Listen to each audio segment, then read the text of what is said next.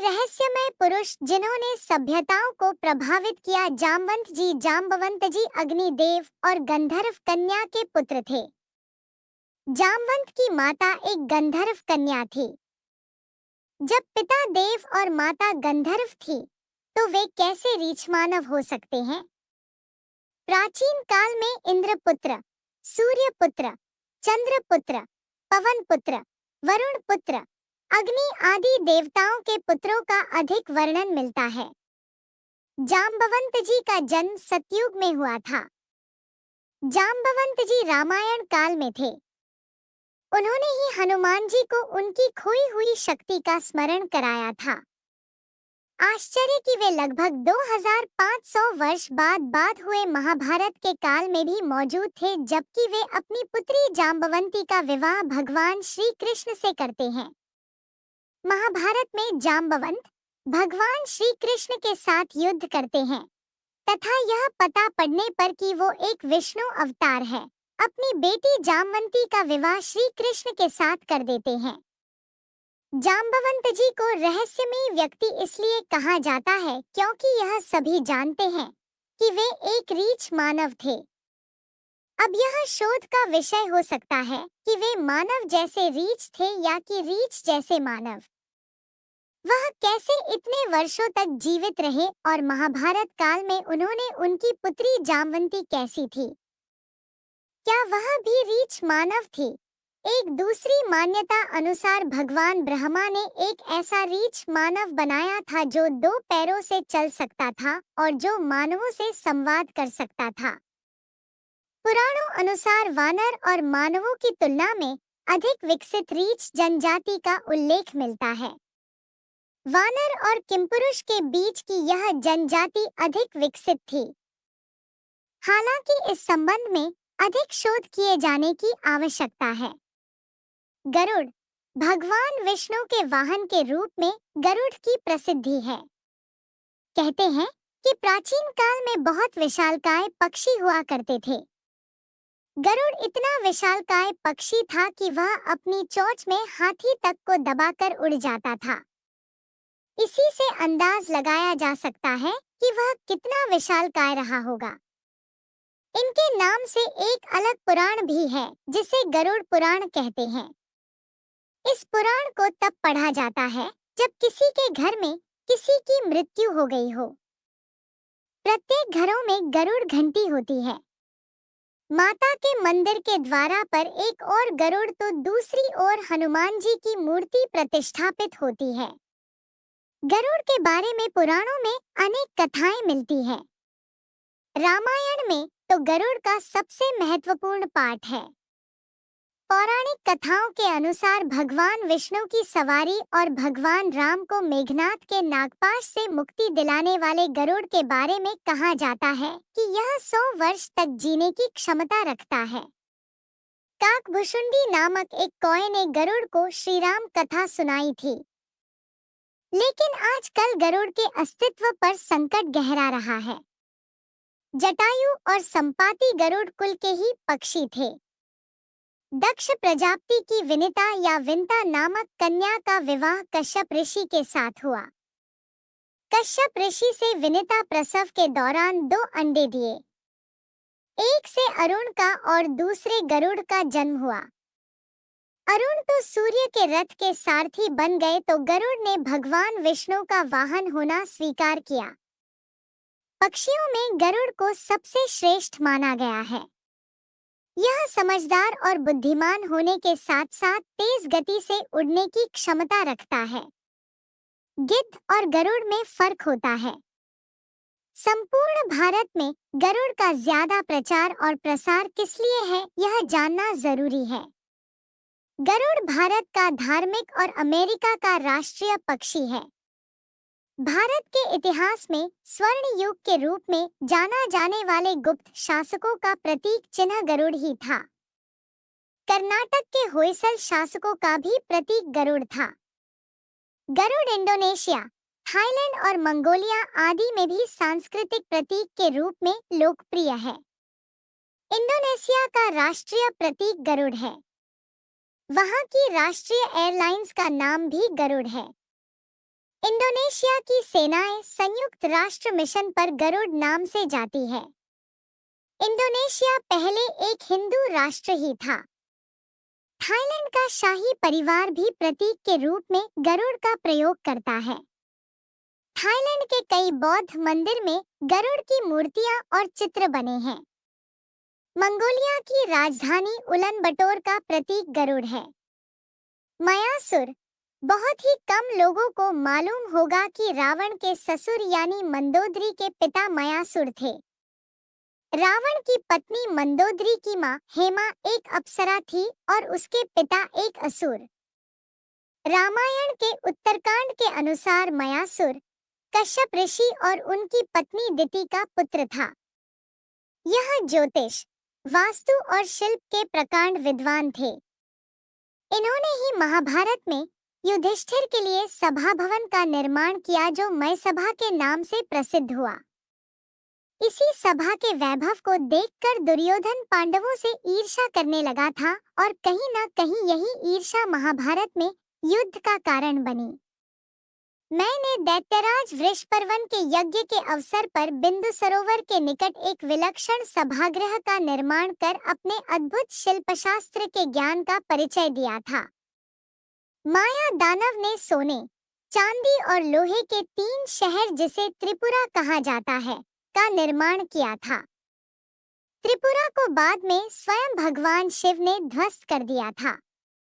वास्तुकार होने के साथ साथ मयासुर एक खगोलविद भी था। सूर्य सिद्धांतम की रचना भी मयासुर ने ही की थी, जिसे स्वयं उसने सूर्य देव से ही सीखा था। खगोलीय ज्योतिष से जुड़ी भविष्यवाणी करने के लिए ये सिद्धांत बहुत सहायक सिद्ध होता है। मयासुर, माया राष्ट्र जिसे वर्तमान में मेरठ के नाम से जाना जाता है, का शासक था। माना जाता है कि मय के कारण ही माया सभ्यता का जन्म हुआ। मायासुर को दक्षिण अमेरिका की प्राचीन माया सभ्यता का जनक भी माना जाता है। मायासुर को माया लोगों के पूर्वज के तौर पर देखा जाता है। कार्तिकेय, शिव के पुत्र कार्तिकेय को स्कंद भी कहा जाता है। उन्हीं के नाम पर एक स्कंद पुराण है। हिंदू पौराणिक कथाओं के अनुसार भगवान इन्हें मुरुगन भी कहते हैं। संपूर्ण दक्षिण भारत में कार्तिकेय की पूजा होती है। कार्तिकेय और राजा बलि वहां के मुख्य देवता हैं। कार्तिकेय का वाहन मोर है। मोर भारत का राष्ट्रीय पक्षी है। यह पक्षी जितना राष्ट्रीय महत्व रखता है उतना ही धार्मिक महत्व भी। एक मान्यता अनुसार अरब में रह रहे यजीदी समुदाय कुर्द धर्म के लोगों के देवता कार्तिकेय ही है जो मयूर पर सवार है। भगवान स्कंद के नाम पर ब्रिटेन के साउथ वेस्ट वेल्स में स्कंदवेल, स्कंदावाले नामक एक स्थान है। श्रीलंका में इसी नाम से एक स्थान है जहां रंगनाथन मंदिर है। मलेशिया की बातू गुफाओं के प्रवेश द्वार पर शिवपुत्र कार्तिकेय की विश्व प्रसिद्ध विशाल प्रतिमा स्थापित है। यूरोप में एक स्कैंडिनेवियाई नामक एक प्रायद्वीप है जिसमें नॉर्वे, स्वीडन व डेनमार्क आते हैं। भाषा के जानकारों अनुसार संस्कृत शब्द स्कंदनाभ, स्कैंडिये नभा से ही स्कैंडिनेवियाई शब्द की उत्पत्ति हुई है। कहते हैं कि यह नाम एक वैदिक ऋषि पर आधारित है। संस्कृत में वेलिका का अर्थ समुद्री देश और वेला का अर्थ समुद्र का किनारा। स्कैंडिनेवियाई समुद्र के किनारे स्थित एक देश ही है। महाभारत के शल्य पर्व के एक श्लोकानुसार इस स्थान का संबंध भगवान स्कंद से भी है। कार्तिकेय का वाहन मयूर है। एक कथा के अनुसार कार्तिकेय को यह वाहन भगवान विष्णु ने उनकी साधक क्षमता को देखकर ही भेंट किया था। मयूर का मान चंचल होता है। चंचल मन को साधना बड़ा ही मुश्किल होता है। कार्तिकेय ने अपने मन को साथ रखा था। वहीं एक अन्य कथा में इसे दंभ के नाशक के तौर पर कार्तिकेय के साथ बताया गया है। संस्कृत भाषा में लिखे गए स्कंद पुराण के तमिल संस्करण कांडा पुराणम में उल्लेख है कि देवासुर संग्राम में भगवान शिव के पुत्र मुरुगन कार्तिकेय ने दानव तारक और उसके दो भाइयों सिंहामुखम एवं सुरापदम्न को पराजित किया था। अपनी पराजय पर सिंहामुखम माफी मांगी तो मुरुगन ने उसे एक शेर में बदल दिया और अपना माता दुर्गा के वाहन के रूप में सेवा करने का आदेश दिया। दूसरी ओर मुरुगन से लड़ते हुए सपापदम्न सुरपदम एक पहाड़ का रूप ले लेता है। मुरुगन अपने भाले से पहाड़ को दो हिस्सों में तोड़ देते हैं। पहाड़ का एक हिस्सा मोर बन जाता है जो मुरुगन का वाहन बनता है, जबकि दूसरा हिस्सा मुर्गा बन जाता है जो कि उनके झंडे पर मुरुगन का प्रतीक बन जाता है। इस प्रकार यह पौराणिक कथा बताती है कि माँ दुर्गा और उनके बेटे मुरुगन के वाहन वास्तव में दानव हैं, जिन पर कब्जा कर लिया गया है। इस तरह वो ईश्वर से माफी मिलने के बाद कश्यप ऋषि, ऐसा माना जाता है कि कश्मीर का नाम कश्यप ऋषि के नाम पर पड़ा था। कश्मीर के मूल निवासी सारे हिंदू थे। कश्मीरी पंडितों की संस्कृति लगभग 6000 साल पुरानी है और वे ही कश्मीर के मूल निवासी हैं।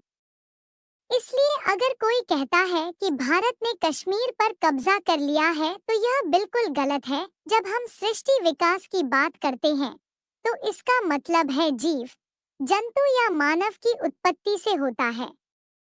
ऋषि कश्यप एक ऐसे ऋषि थे जिन्होंने बहुत सी स्त्रियों से विवाह कर अपने कुल का विस्तार किया था। आदिम काल में जातियों की विविधता आज की अपेक्षा कई गुना अधिक थी। ऋषि कश्यप ब्रह्मा जी के मानसपुत्र मरीचि के विद्वान पुत्र थे।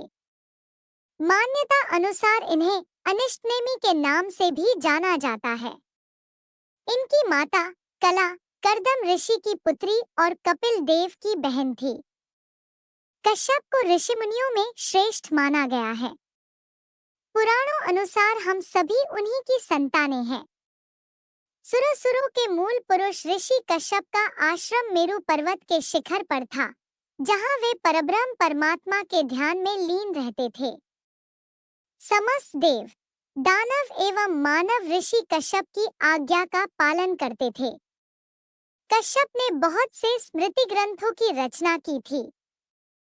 भिन्न भिन्न स्रोतों से पता चलता है कि कैस्पेरियन सागर का नाम भी ऋषि कश्यप के नाम पर है। दरअसल एक बार समस्त धरती पर विजय प्राप्त करके भगवान परशुराम ने महर्षि कश्यप को धरती का यह भूभाग दान में दे दिया था। तब कश्यप द्वीप के नाम से उन्होंने मध्य एशिया में अपना एक उपनिवेश स्थापित किया।